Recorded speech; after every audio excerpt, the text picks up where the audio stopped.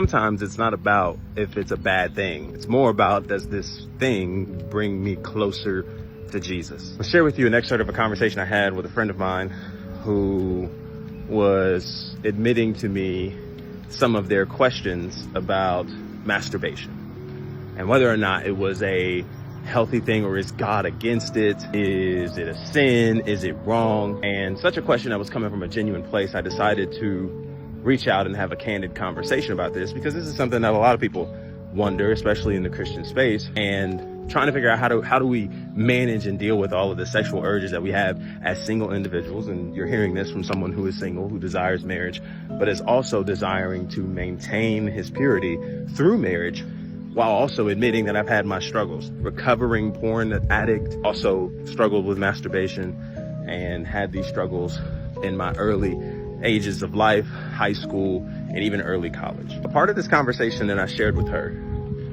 was getting her to think about some of the behaviors that are implemented that would push the sexual urge to be acted on. Because don't get it twisted, sex itself isn't a bad thing. And it's horrible that in the church history, this is something that has been preached and shared, maybe more so Americanized church than anything, and efforts are trying to keep people from engaging in it earlier than they should. And what's rough about that is not only is that unbiblical, but even science and scientific data doesn't support that, right?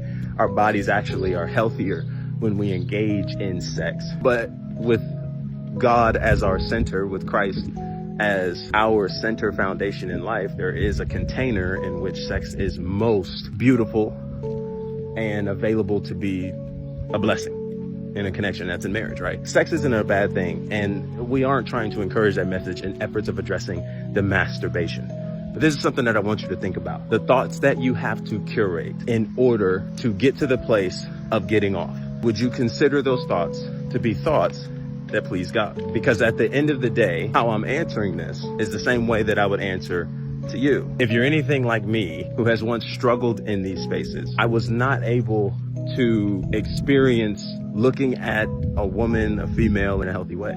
Instead, it became a moment in process where she was objectified and limited to only figuring out how she could please me, and stripping a human being of their humanity, of all that they offer to this life. Someone who has dreams, who has purpose, who has vision, who is God's creation, God's child. Could we possibly say that looking at them and then stripping them of all of that to just one limiting belief of wondering how they can please us sexually, whether it's imagination or literally in front of us through things of can we genuinely say that such thoughts push us closer to Jesus? I would say no. As I told her, I would tell you, maybe in and of itself is not something that is helpful or productive in our relationship to Jesus. Because all energy can be translated, especially when it comes to sexual energy.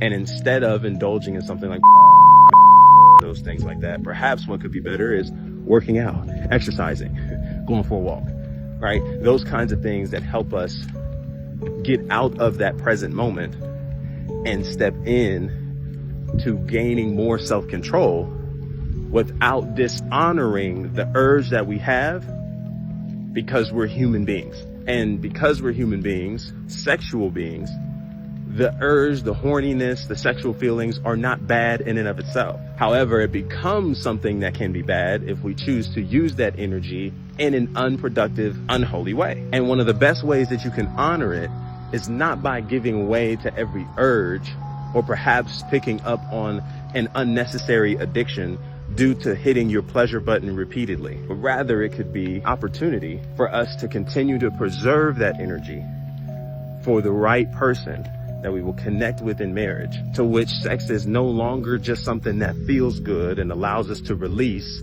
so we don't catch blue balls, or so we aren't in walking in unnecessary pain, but so that we're actually getting to know one another in a deeper level that actually expands the relationship, instead of perhaps limiting one another to ice cream samples and just trying one another, or limiting other people to just how they could please us physically. As you're navigating your singleness, as you're navigating your healing, as you are perhaps hitting the reset button on your relationships, disconnecting from people that maybe you had a positive relationship with in bed. Y'all had a regular schedule going on, and now you're no longer connected to that person. Y'all was going at it every day, and your body got used to that programming. So now when you're separated from them, your body is screaming, hey, this is the time that we typically like to get something off. And so without being able to actually engage with that person that you're no longer with, we turn to other things like hookups,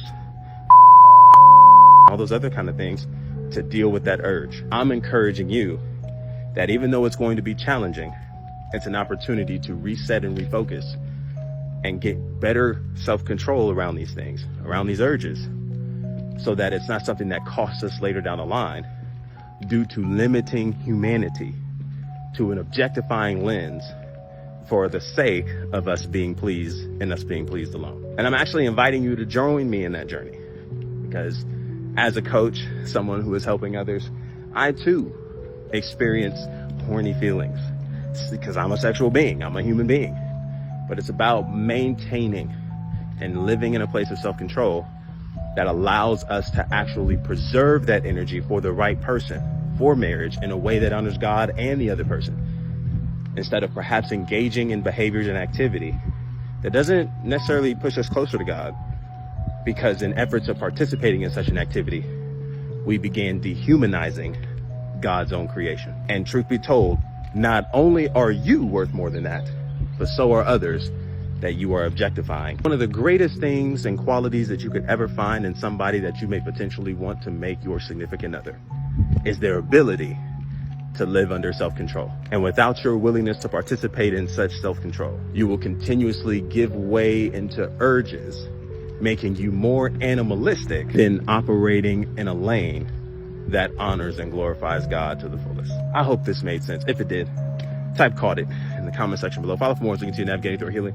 doing relationships the right way. We start doing the healing work on ourselves first, which sometimes looks like us addressing some sexual needs, acknowledging that we're sexual beings, and at the same time, especially in our singleness and our healing, and not in covenant in marriage, being willing to grow curious to seeing what can we do to grow closer to Christ, instead of trying to figure out why everything might be wrong, in efforts of trying to tote a line that may not be beneficial due to our past and due to us simply being honest enough to say it's something that we can't handle in this current season of life.